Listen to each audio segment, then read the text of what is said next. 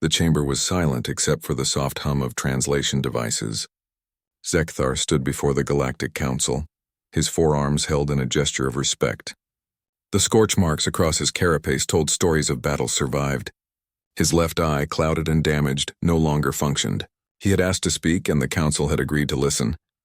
"I am here to warn you about the humans," Zekthar began, his voice steady despite the memories that haunted him. "I fought them. I survived them. Barely." The council representatives shifted in their seats. Some looked curious, others skeptical.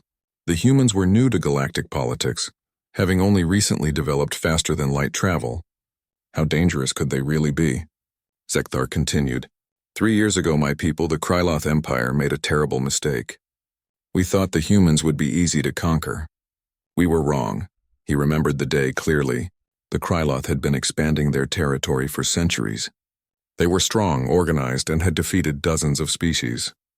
When their scouts reported finding Earth, it seemed like another simple conquest. The humans had barely reached their own moon. Their ships used primitive chemical rockets. Their planet was divided into hundreds of nations that fought each other constantly. They appeared weak and chaotic. Admiral Threxval had assembled a war fleet of 60 ships. It was considered overkill for such a primitive species, but the admiral believed in being thorough. Zekthar had been a junior officer on the command vessel, excited for his first major campaign. The fleet entered the solar system near a massive gas giant the humans called Jupiter. Sensors detected a small human outpost near the planet they called Mars.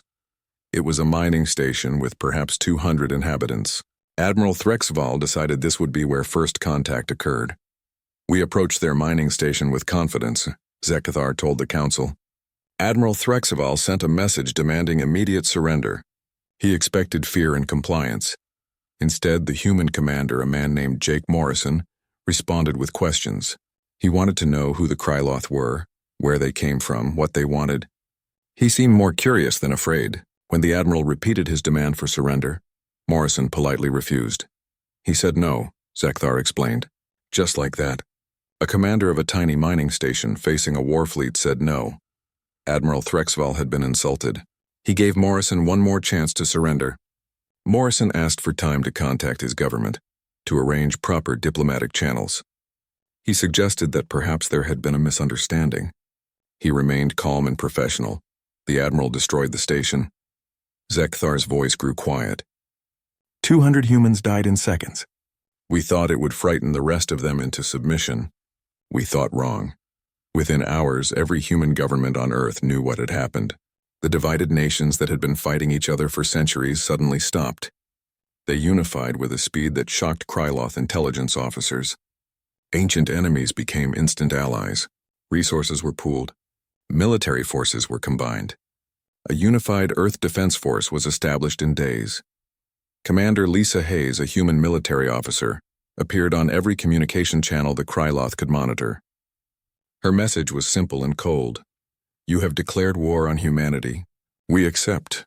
The Kryloth fleet moved toward Earth, expecting the humans to beg for mercy or at least attempt to negotiate. Instead, human ships launched to meet them. They were crude vessels, barely capable of reaching the outer planets, but they came anyway. The first battle occurred near Earth's moon. Captain Ben Carter commanded a small human warship called the Defiance.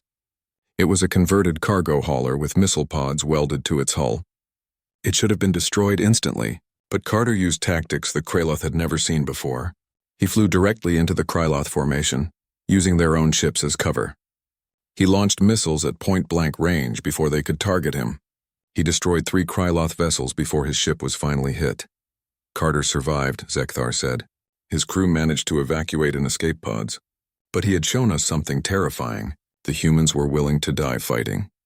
More human ships attacked. They used suicide runs, kamikaze tactics, anything that might work. They lost badly. The Kryloth destroyed 40 human vessels while only losing 7 of their own. By any military standard, it was a Kryloth victory. But it did not feel like victory. The humans had fought with a desperation and intensity that disturbed the Kryloth veterans. Zekthar had served in a dozen campaigns, but he had never seen anything like it. Most species, when faced with superior force, surrendered or retreated. The humans did neither. They fought until their ships exploded around them. Admiral Threxval reported to the Kryloth High Command. He recommended that they reconsider the invasion. The humans were more dangerous than anticipated. The High Command dismissed his concerns. A few humans had gotten lucky. The invasion would continue. Zekthar paused in his testimony, his damaged eye seeming to stare at nothing.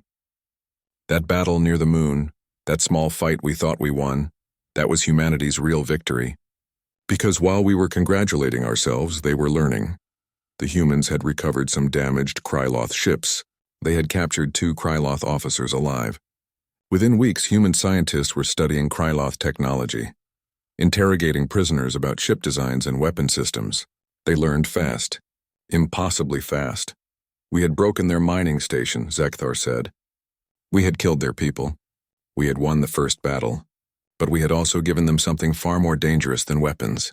The council members leaned forward, listening intently. We gave them unity. We gave them purpose. We gave them an enemy they could all agree to fight. Zekthar's voice carried the weight of bitter experience. Before we arrived, humans spent their energy fighting each other.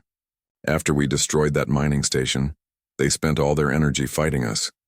Commander Hayes appeared on Kryloth communication channels again, 3 weeks after the first battle. This time her message was different. Earth was not asking for peace. Earth was not offering to negotiate. She simply wanted the Kryloth to know that humanity was coming.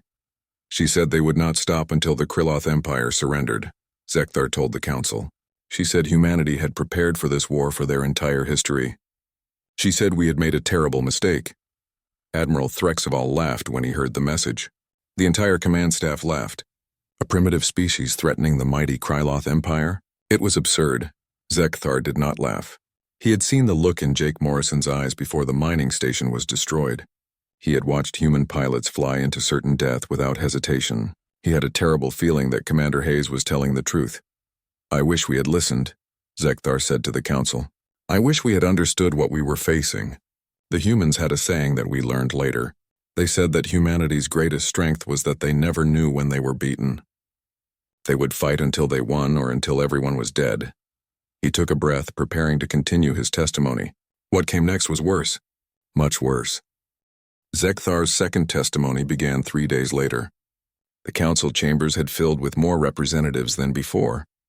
Word had spread about the Kryloth veterans' warnings. Species from across the galaxy wanted to hear what made the humans so dangerous. The Battle of Luna, Zekthar said quietly. That was when we realized our invasion was doomed.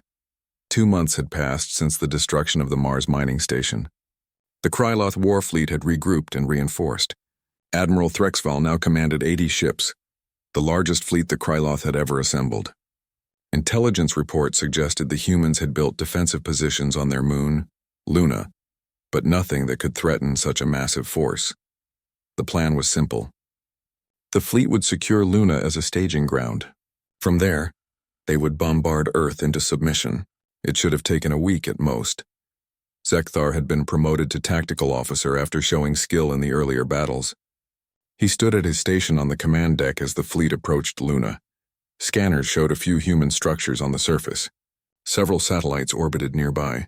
Nothing concerning. We entered lunar orbit in formation, Zekthar explained. Our shields were up. Our weapons were ready. We expected minor resistance. The first railgun shot came from the lunar surface, a solid projectile traveling at a significant fraction of light speed. It punched through the shields of a Kryloth destroyer and tore the ship in half. Before anyone could react, dozens more shots followed.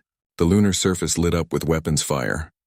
They were hidden, Zekthar said, his voice still carrying disbelief. The humans had buried massive weapons installations under the lunar surface. Our scanners never detected them. We flew straight into a trap. The Kryloth fleet scattered, trying to avoid the devastating railgun fire. Then the missiles launched.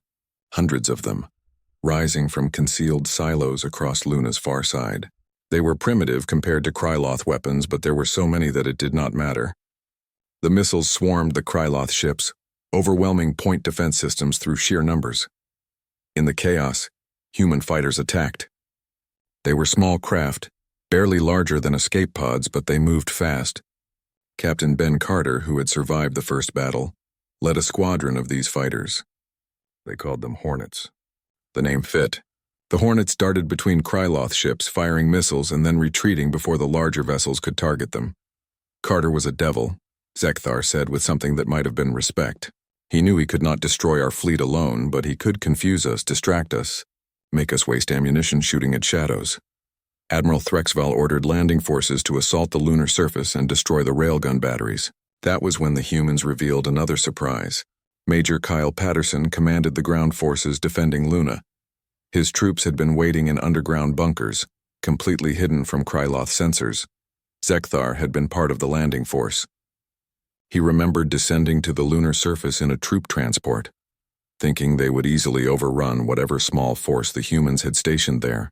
Instead, his unit walked into carefully prepared kill zones. Fighting humans on the ground was nothing like space combat, Zekthar told the council. In space there are rules, conventions.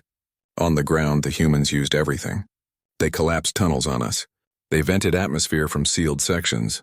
They used explosive traps, chemical weapons, anything that would work. His unit had tried to advance on a railgun battery. Human soldiers led by Patterson appeared from concealed positions. They wore powered armor that looked crude but worked effectively. They carried weapons that fired metal slugs instead of energy beams. The weapons were loud, violent, and terrifyingly effective at close range. Major Patterson's soldiers fought like they were defending their families, Zekthar said. Every meter of ground cost us casualties. They never retreated. They never surrendered. When we finally overran a position, we found that the humans had already evacuated to another prepared fallback point. The battle lasted for 16 hours. The Kryloth fleet lost 20 ships. Ground forces suffered 40% casualties. Admiral Threxval finally ordered a full retreat. It was the first time in Kryloth military history that they had withdrawn from a battle against a technologically inferior opponent. But the losses were not even the worst part. 3 Kryloth ships had been disabled rather than destroyed. Human boarding parties captured them. The ships were towed to hidden locations before the Kryloth fleet could destroy them. We gave them our technology, Zekthar said bitterly. We gave them our ships. We gave them everything they needed to become a real threat. Within days of the battle, human scientists were studying the captured vessels. Dr. Amy Wells led a team of engineers who worked around the clock. They dissected the Kryloth faster-than-light drives, the shield generators, the weapon systems. They learned how everything worked. The Kryloth High Command expected it would take years for humans to understand alien technology. Instead, it took weeks. Colonel Greg Foster, who coordinated Earth's defense strategy, appeared on communication channels a month after the Battle of Luna. He thanked the Kryloth for their generous donation of technology. He was mocking us, Zekthar explained, and he had every right to.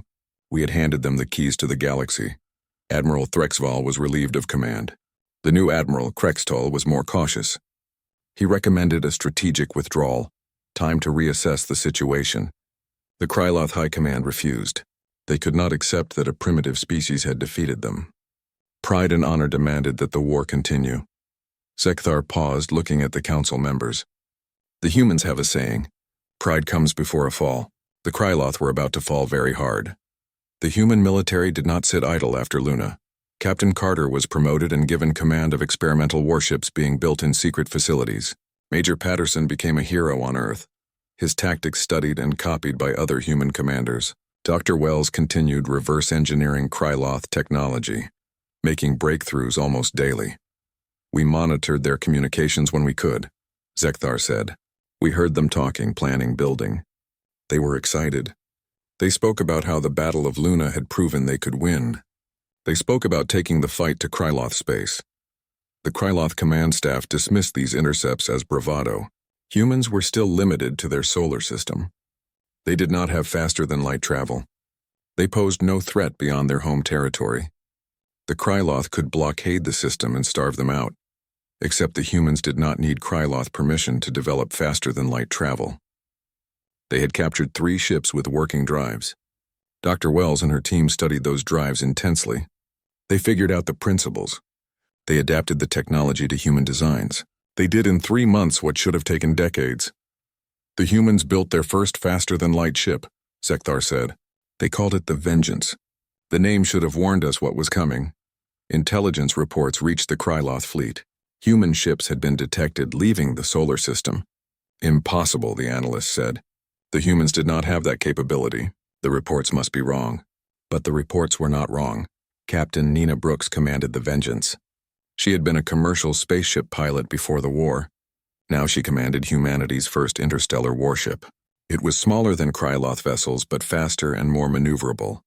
It carried weapons adapted from captured Kryloth technology and new human innovations.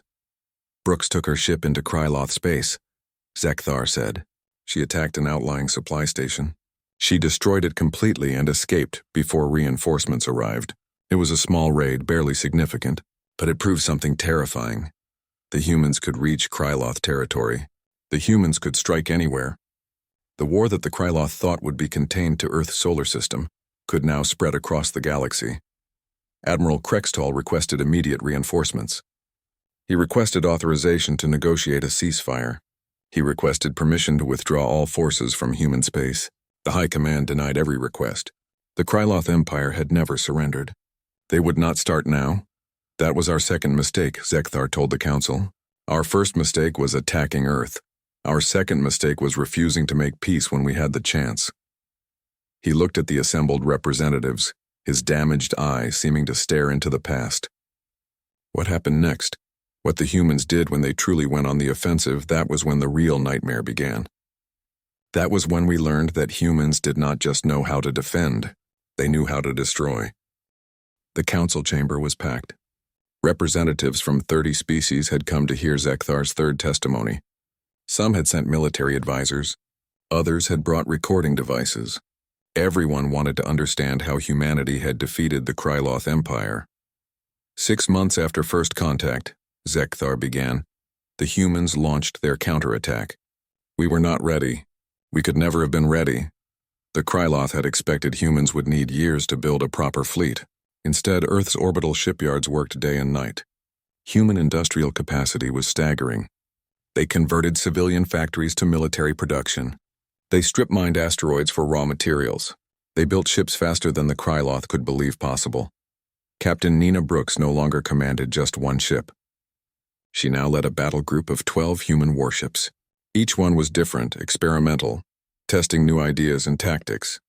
The humans did not follow standard military doctrine because they did not have standard military doctrine yet. They were inventing it as they went. Brooks attacked Kryloth Station 7, Zekthar said. It was a major supply depot with significant defenses. She should not have been able to touch it. The station's commander had been confident. 40 Kryloth warships guarded the facility. Long-range sensors detected Brooks approaching with her 12 ships. It seemed like suicide. The station commander prepared to destroy the human force and claim a significant victory. Then the rest of the human fleet arrived. Brooks had not brought 12 ships. She had brought 12 large warships and 300 small attack craft. The humans called the tactic the Swarm. Hundreds of small, fast vessels overwhelmed the Kryloth defenses through sheer numbers. Each craft had only 2 or 3 crew members, Zekthar explained. They were barely armed, but there were so many of them. Our targeting systems could not track them all. Our weapons could not shoot them all down. They came at us from every direction. The small craft launched missiles, fired lasers, even rammed Kryloth ships when their weapons ran out. It was chaos. The station commander tried to organize a defensive formation, but the human tactics made formations useless. The small craft zipped between large ships, making it dangerous for the Kryloth to fire without hitting their own vessels. Brooks used the confusion to position her larger ships. They targeted the station itself, destroying docking bays and weapons platforms. Within 3 hours, Kryloth Station 7 was crippled. 20 Kryloth warships were destroyed or disabled. Brooks retreated before reinforcements arrived, taking several damaged Kryloth vessels with her. But the station raid was not the worst of it. Commander Pete Sullivan led a different kind of attack. He specialized in boarding operations. His target was a Kryloth command ship called the Dominance. It was one of the largest vessels in the Kryloth fleet, heavily armed and armored. Sullivan's team came in fast, Zekthar said. They used small boarding pods that looked like debris. Our sensors did not detect them until it was too late. By the time we realized what was happening, human soldiers were already inside the ship. Fighting humans inside a ship was a nightmare. They moved through ventilation shafts, used magnetic boots to crawl along walls, planted explosive charges in critical systems. Sullivan's team of 30 soldiers disabled a ship with a crew of 600. They captured the command deck and took the entire bridge staff prisoner.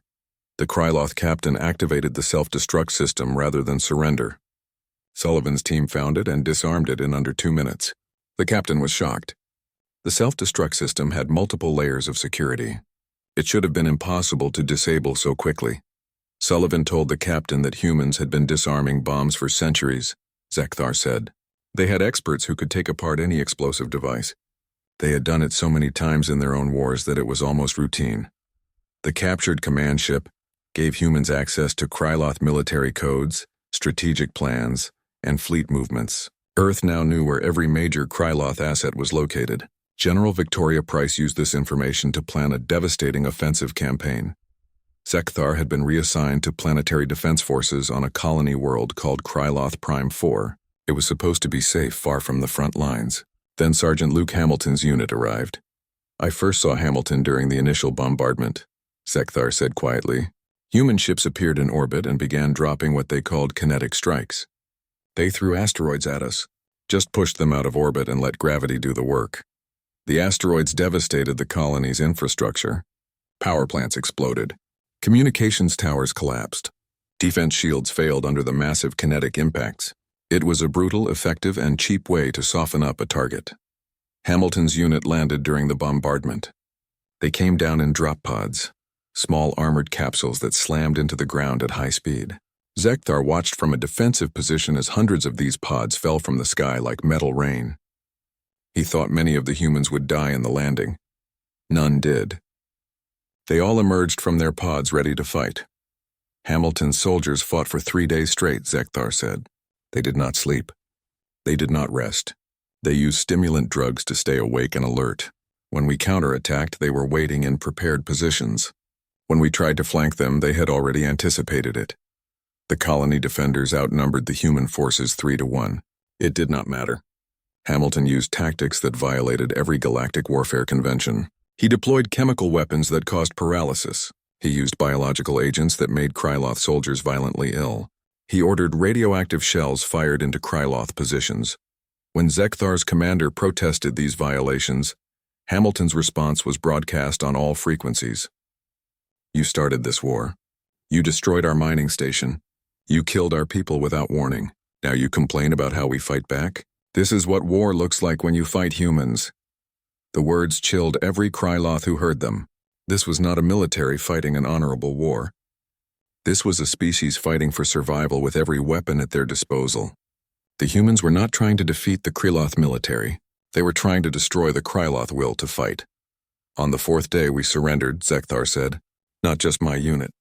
The entire colony. 20,000 Kryloth soldiers laid down their weapons because we could not take it anymore. Hamilton accepted the surrender. He treated the prisoners according to human military conventions, which were surprisingly strict. No torture, no execution. Basic medical care was provided. Zekthar had expected to be killed. Instead, he was fed and given water, but the psychological impact was devastating. Word spread through the Kryloth Empire. The humans were unstoppable. They fought without mercy but accepted surrender. They destroyed military targets without hesitation but spared prisoners. They were winning everywhere. Other colonies fell. More ships were captured. The Kryloth fleet that once numbered in the hundreds was reduced to dozens of functional vessels.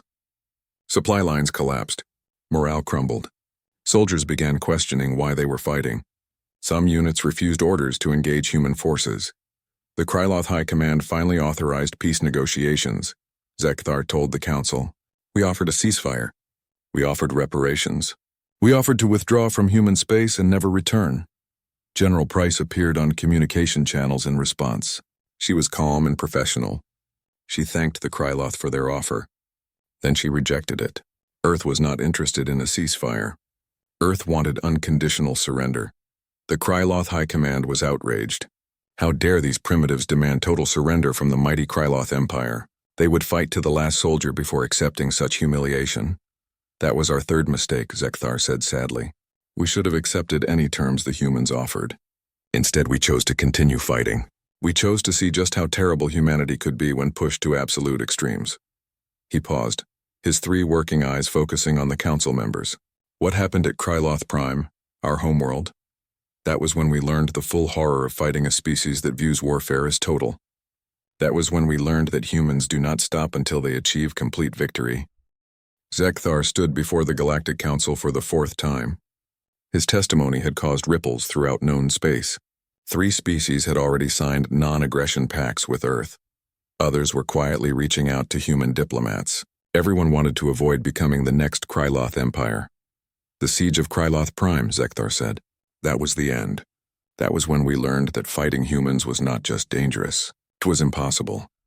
After the fall of multiple colonies and the destruction of most of the Kryloth fleet, humanity turned its attention to the heart of the Empire. Kryloth Prime was the homeworld, the capital, the seat of power. It had never been threatened in the entire history of the Kryloth people. The High Command believed it was impregnable. The planet had planetary shields powerful enough to stop any bombardment. Defense satellites filled the orbital space. Ground-based weapons could target anything that got too close. An entire fleet of 200 ships guarded the system. Billions of Kryloth lived on the surface. It should have been impossible to capture. Then the human fleet arrived. Zekthar had been transferred back to Kryloth Prime after his capture and subsequent prisoner exchange. He was assigned to the Planetary Defense Force, manning an anti-ship battery in the capital city. He watched through scanners as 300 human warships emerged from faster-than-light travel at the edge of the system. 300 ships, Zekthar told the Council. In 1 year, humanity had built 300 interstellar warships. It should have taken decades, but humans do not care about what should be possible. Admiral Kate Thornton commanded the human fleet from a massive vessel called the Retribution. It was the largest ship humanity had ever built, over 2 kilometers long, bristling with weapons. It had been constructed in secret at shipyards on the far side of Earth's moon. The human fleet formed up and began a slow, methodical advance toward Kryloth Prime. They did not rush. They did not make mistakes. They simply moved forward like an unstoppable wall of metal and firepower. The Kryloth defense fleet moved to intercept. The battle lasted 6 hours. The humans used every tactic they had developed over the past year. Swarms of small attack craft, coordinated missile strikes, cyber warfare that disrupted Kryloth communications, kinetic weapons that punched through shields. The Kryloth fought desperately, but they were outmatched. We lost 140 ships, Zekthar said quietly. The humans lost 18. It was not even close. The surviving Kryloth ships retreated to the protection of the planetary shields. Admiral Thornton did not pursue. She positioned her fleet in orbit and broadcast a message to the entire planet. Every screen, every communication device, every radio frequency carried her words. Total surrender or total annihilation. You have 24 hours to decide. The Kryloth High Command met in emergency session. Some argued for surrender. Most argued for continued resistance. The planetary shields were still functional. The ground defenses were intact. Billions of soldiers and civilians could fight if the humans tried to land. The homeworld had never fallen. It would not fall now. The High Command sent their response. Kryloth Prime would never surrender. The humans could try to take the planet if they dared. Admiral Thornton received the message. Her response was brief. So be it. The human fleet began the siege. They did not try to break through the shields with direct fire. Instead, they waited. They blocked all traffic in and out of the system. No supplies could reach Kryloth Prime. No ships could escape. They settled in for a long siege, but they were also preparing something else. Commander Jack Riley led a special operations team with a specific mission. While the fleet kept the Kryloth defenders focused on orbital space, Riley's team infiltrated the planet using captured Kryloth ships and forged identification codes. Riley and his soldiers were inside the shield perimeter before we knew they were there, Zekthar explained. They used our own security protocols against us. They looked like a Kryloth supply convoy returning from an outer colony. Riley's team split up once on the surface. Their targets were the shield generators. These massive installations provided power to the planetary defense grid. There were 12 of them spread across the planet. Riley's team had to disable them all simultaneously, or the shields would remain functional. Zekthar did not know about Riley's infiltration at the time. He was at his post, monitoring orbital space, expecting the siege to last months. Then explosions rocked the city. Multiple shield generators went offline at the same moment. The planetary shields flickered and died. We thought it was sabotage from inside, Zekthar said. We thought traitors had betrayed us. It took hours before we learned the truth. Human special forces had done in 1 day what should have been impossible. With the shields down, Admiral Thornton gave the order to attack. Human ships descended into the atmosphere. Lieutenant Claire Mason led fighter squadrons that destroyed anti-air defenses. Dropships filled with soldiers launched toward the surface. The invasion had begun. Lieutenant Colonel Sam Porter's Marines landed near the capital city. These were not regular soldiers. They were elite troops trained specifically for urban warfare. They had studied Kryloth city layouts, learned Kryloth tactics, prepared for this moment. Zekthar's unit was ordered to defend the capital. They set up defensive positions in buildings and streets. They had numerical superiority. They knew the terrain. They should have been able to hold. Porter's Marines moved through the city like they owned it, Zekthar said. They used drones to scout ahead. They called in precise airstrikes on our positions. They flanked us before we even knew they were there. The fighting was brutal and close. Humans and Kryloth fought building by building, room by room. Zekthar's unit took heavy casualties. They fell back to secondary positions. The humans followed. There was no escape, no respite. On the third day of fighting, Zekthar found himself pinned down in a government building with what remained of his unit. Human soldiers surrounded the building. A voice called out in the Kryloth language, offering terms of surrender. Lay down weapons and come out. No one would be harmed. Zekthar's commander refused. They would fight to the death rather than surrender the capital. But the other soldiers were exhausted, wounded, out of ammunition. One by one, they began putting down their weapons. The commander could not stop them. Sergeant Danny Price led the human unit that took the surrender. He was younger than Zekthar expected, probably in his mid-20s. He looked tired but professional. He ordered his soldiers to secure the prisoners and provide medical attention to the wounded. Price saved my life, Zekthar told the council. I had been shot in the thorax. I was bleeding. My species can survive such wounds, but only with quick treatment. Price's medics stopped the bleeding and stabilized me. They did not have to. I was an enemy soldier. But they did it anyway. The capital fell within 72 hours of the shields going down. The Kryloth High Command was captured, attempting to escape through underground tunnels. Admiral Thornton personally accepted their surrender. The war was over. The terms were harsh. The Kryloth Empire would pay reparations for the Mars mining station and all human casualties. They would cede territory. They would provide their military technology to Earth. They would accept human occupation forces until a stable peace could be established. We had no choice but to accept, Zekthar said. Our military was destroyed. Our homeworld was occupied. Our leaders were prisoners. The mighty Kryloth Empire had fallen in just over 1 year. But something unexpected happened during the occupation. The human soldiers were not cruel conquerors. They maintained order but did not abuse their power. They helped rebuild damaged infrastructure. They shared food and medical supplies. Sergeant Price even visited Zekthar while he recovered in a prison hospital.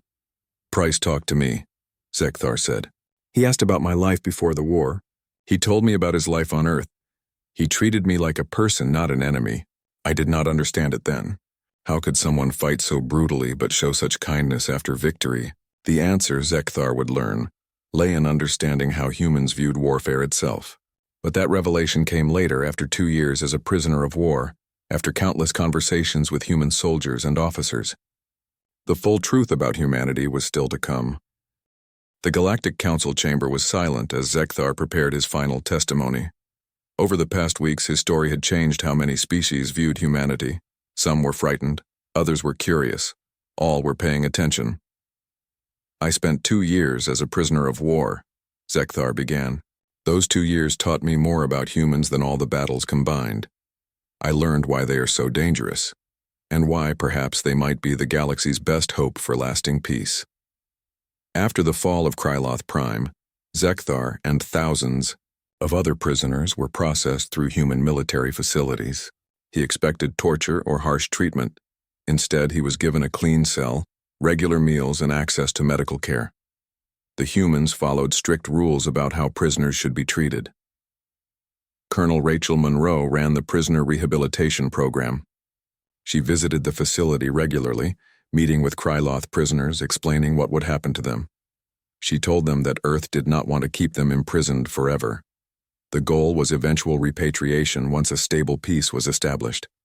Colonel Monroe asked me if I wanted to learn about Earth, Zekthar told the council. She said understanding humans would help me understand why the war happened and how to prevent future conflicts. I agreed because I had nothing else to do. What followed was an education unlike anything Zekthar had expected. Dr. Henry Brooks, a human historian, taught classes to Kreloth prisoners. He explained human history, human warfare, human philosophy. The lessons were shocking. Humans had been fighting wars for their entire recorded history. They had developed weapons of incredible destructiveness. Nuclear bombs that could destroy entire cities. Biological weapons that could kill millions. Chemical agents that caused horrible suffering. They had used all of these weapons on each other. Dr. Brooks showed us images of human wars, Zekthar said. The First World War, the Second World War, conflicts that killed tens of millions of humans. We thought we were fighting a primitive species. We did not know we were fighting a species that had perfected warfare through constant practice. The humans had concepts that most galactic species did not understand. Total war, where entire civilizations mobilized for conflict. Scorched Earth, where retreating forces destroyed everything so enemies gained nothing. Mutually assured destruction, where both sides could annihilate each other so neither dared start a war. They had fought so much that they created rules to try to make war less terrible, Zekthar explained. Treaties about prisoners of war, conventions about chemical weapons, agreements about targeting civilians. They knew war was horrible because they had experienced it so many times. Dr. Brooks explained why humans had fought the Kreloth with such intensity. When the Kreloth destroyed the Mars mining station without warning, they triggered a response built into human psychology over millennia. Humans had learned through bitter experience that unprovoked aggression had to be met with overwhelming force. Show weakness and enemies would attack again. Show strength and enemies would think twice. The humans were not cruel by nature, Zekthar said. They were shaped by history. Every weapon they used against us, they had first used against themselves. Every tactic, every strategy came from lessons learned in their own wars. But Brooks also taught something else. Humans believed that enemies could become friends. Germany and Japan had fought terrible wars against America, killing hundreds of thousands. A few decades later, they were close allies. Former enemies worked together, traded with each other, helped each other. This was the most alien concept of all, Zekthar told the council. Most species see war as permanent enmity. Humans see war as temporary disagreement. They fight brutally but seek reconciliation afterward. Colonel Monroe explained the human perspective more directly. "We fought you because you attacked us," she told Zekthar during one conversation. "We fought hard because we wanted to make sure you would never attack us again. But now that the fighting is over, we want to help you rebuild. We want to turn enemies into partners. That is how humans survive." After 2 years, the peace treaty was finalized. Kreloth prisoners were released and allowed to return home. Zekthar expected to find his homeworld in ruins. Instead, he found human engineers helping to rebuild damaged cities, human medical teams treating wounded Kreloth, human teachers training Kreloth students in new technologies. The Kreloth Empire was now a protectorate state under human supervision. But it was not a harsh occupation. Humans helped establish a new government, one that represented Kreloth interests while maintaining peaceful relations with Earth. They provided economic aid. They shared technology that improved Kreloth lives. "They defeated us completely," Zekthar said. "They could have enslaved us or destroyed us. Instead, they lifted us up. I did not understand why until Captain Andrew Bell explained it." Bell was a human liaison officer assigned to work with Kreloth forces. He had fought in the war, commanding a destroyer during several major battles. Now he worked alongside former enemies to maintain peace. "Bell told me that humans learned something important from their own history," Zekthar explained. "Harsh peace treaties create resentment and future wars. Generous peace treaties create allies and lasting stability. After World War I, they punished Germany harshly. 20 years later, another war began. After World War II, they helped rebuild Germany and Japan. Those nations became peaceful democracies and close partners.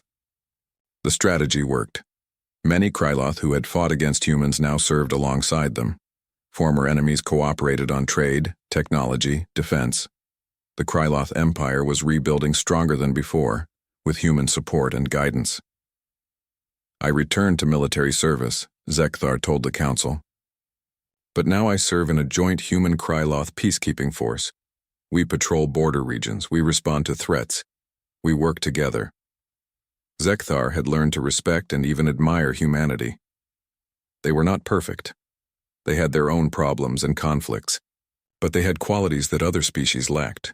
They were resilient, they were adaptable, they learned from mistakes, they turned enemies into friends. That brings me to why I am here, Zekthar said. To warn you, to tell you what I learned. He looked at each council representative in turn. Never underestimate humanity. Never provoke them. Never assume their diplomacy means weakness. Humans prefer peace, but they excel at war. They have thousands of years of practice. They have weapons and tactics developed through constant conflict. They will fight with everything they have, using every advantage, ignoring every convention if necessary. The humans were now a major galactic power. Their fleet was the third largest in known space. Their technology was advancing rapidly. Their economy was booming. Other species who had mocked them as primitives now sought their alliance. Ambassador Ellen Price represented Earth at the Galactic Council. She was professional, diplomatic, and very clear about human interests. She had arrived during Zekthar's testimony and listened to the final session. Humanity offers friendship to any species that wants it, Zekthar said, but they will destroy any species that threatens them. They gave the Kryloth a choice: become permanent enemies or become allies. We chose wisely. I hope others will do the same. The council representatives sat in stunned silence. Several were already preparing non-aggression pacts to present to Ambassador Price. Others were considering trade agreements and technology exchanges. No one wanted to repeat the Kryloth mistake. Zekthar's testimony was complete. He had told the truth about humanity, about the war, about what he had learned. The council thanked him for his honesty and courage in speaking. As he left the chamber, Zekthar checked his communication device. He had a message from Sergeant Danny Price, the human who had captured him and later saved his life. Price was on the station for a military conference. He wanted to meet for lunch. Zekthar smiled, something he rarely did anymore. He replied that he would be happy to meet. Price had become a friend over the years. They shared the bond that only old soldiers understood, the connection between people who had faced combat and survived. As he walked through the station corridors, Zekthar reflected on everything he had experienced. The war had been hell. The humans had been terrifying enemies. But they had also shown mercy in victory and generosity in peace. They were dangerous, yes, but they were also the kind of allies worth having. Ambassador Price was speaking with reporters outside the council chamber. Someone asked her about Zekthar's testimony, about whether humans were as dangerous as he described. "We prefer to be friends rather than enemies," she said calmly. "But we will be very good at either role. The choice belongs to you." It was, Zekthar thought, the most human response possible, an offer of friendship backed by the certainty of overwhelming force if friendship was rejected. The galaxy was learning what the Kryloth had learned the hard way. Humanity had arrived, and nothing would ever be the same. Zekthar met Price at a human restaurant on the station. They talked about family, about their lives, about shared memories from the war. They laughed about things that had not seemed funny at the time. They made plans to visit each other's homeworlds. Two former enemies sharing a meal, building a friendship, proving that even after the worst conflicts, peace was possible. That, Zekthar realized, was humanity's real strength. Not their weapons or tactics or industrial,